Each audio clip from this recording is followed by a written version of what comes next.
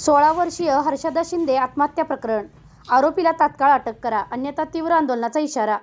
सातारा जिल्ह्यातील एक अत्यंत वेदनादायी आणि संतापजनक घटना समोर आली आहे. इयत्ता 10वीतील केवळ 16 वर्षाची विद्यार्थिनी हर्षदा विक्रम शिंदे हिने सततच्या मानसिक त्रासाला कंटाळून राहत्या घरी गळफास घेऊन आत्महत्या केली. शाळेत ये जा करत असताना प्रथमेश रमाकांत झांजुर्णे याच्याकडून होत असलेल्या कथित मानसिक छळामुळे हा टोकाचा निर्णय घेतल्याचा आरोप कुटुंबियांनी केला आहे. या प्रकरणी दिनांक 27 जानेवारी 2026 रोजी कोरेगाव पोलीस स्टेशन येथे तक्रार दाखल करण्यात आली आहे.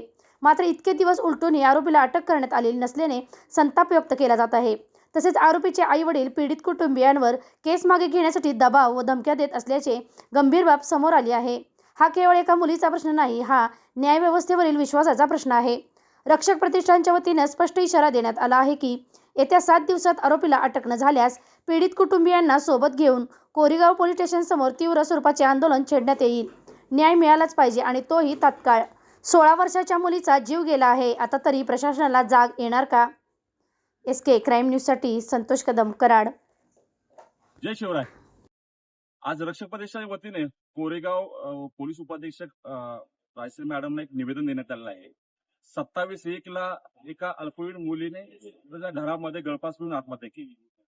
ज्या मुलाच्या त्रासाला कंटाळून तिने आत्महत्या केली त्याच्याबाबत FIR बी केली, गुन्हाही दाखल केला. पण आज 18 दिवस उलटले तरीही तो आरोपी अजून सापडलेला नाहीये. पोलिसांचं संबंधित कुटुंबांना एकच आश्वासन होते की आमचा तपास चालू आहे. असा एवढा मोठा आरोपी आहे का तो की तो पोलिसांना सापडू शकत नाहीये? पोलीस जर त्यांच्या वर्दीवरती आलं तर कुठलाच आरोपी जरी कुठेही गेला असेल, जिल्हा सोडून महाराष्ट्र सोडून, तरी ताकदीनुसार ते हुडकून काढून करतात. एवढं सातारा पोलिसांचं नाव आहे. तर कोरेगावमध्ये जे PSI आहेत ज्यांच्याकडे हा तपास आहे त्यांना आरोपी सापडत नाहीये. आरोपी हा मोठा क्रिमिनल आहे किंवा मोठा काय आहे की जेणेकरून त्या पाक जिल्हा सोडून महाराष्ट्र सोडून बाहेर निघून गेलाय, असं काय आहे का? असा एवढा मोठा कोण आरोपी आहे तो जो पोलीस सापडत नाही? हा प्रश्नचिन्ह आहे का पोलीस टाळाटाळ करायला लागले? माननीय DSP ने आम्ही ते सांगितले की PSI जे आहे ते ह्या तपासाबाबत गांभीर्य नाहीयेत.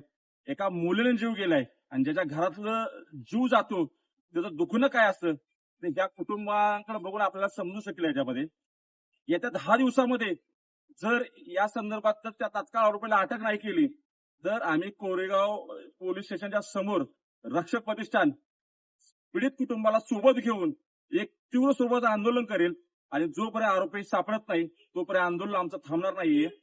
एक कळकळीची विनंती DSPने केली. DSPने तात्काळ त्या PSI जे त्यांच्यावर तपास आहे त्यांनाही फोन केला आहे. त्यांना फोन करून त्यांनी सूचना दिल्या DSPना. ज्या DSPना आम्ही भेटलो कार्यक्षम DSP वाटतात आम्हाला आणि त्यांचा म्हणजे आमचा त्यांच्यावरती विश्वास आहे की त्या 10 दिवसामध्ये आरोपी अटकेत दिसेल असा एक विश्वास वाटतो. नाही झालं तर रक्षक प्रतिष्ठान रस्त्यावरती उतरून याचा जाब विचारेल.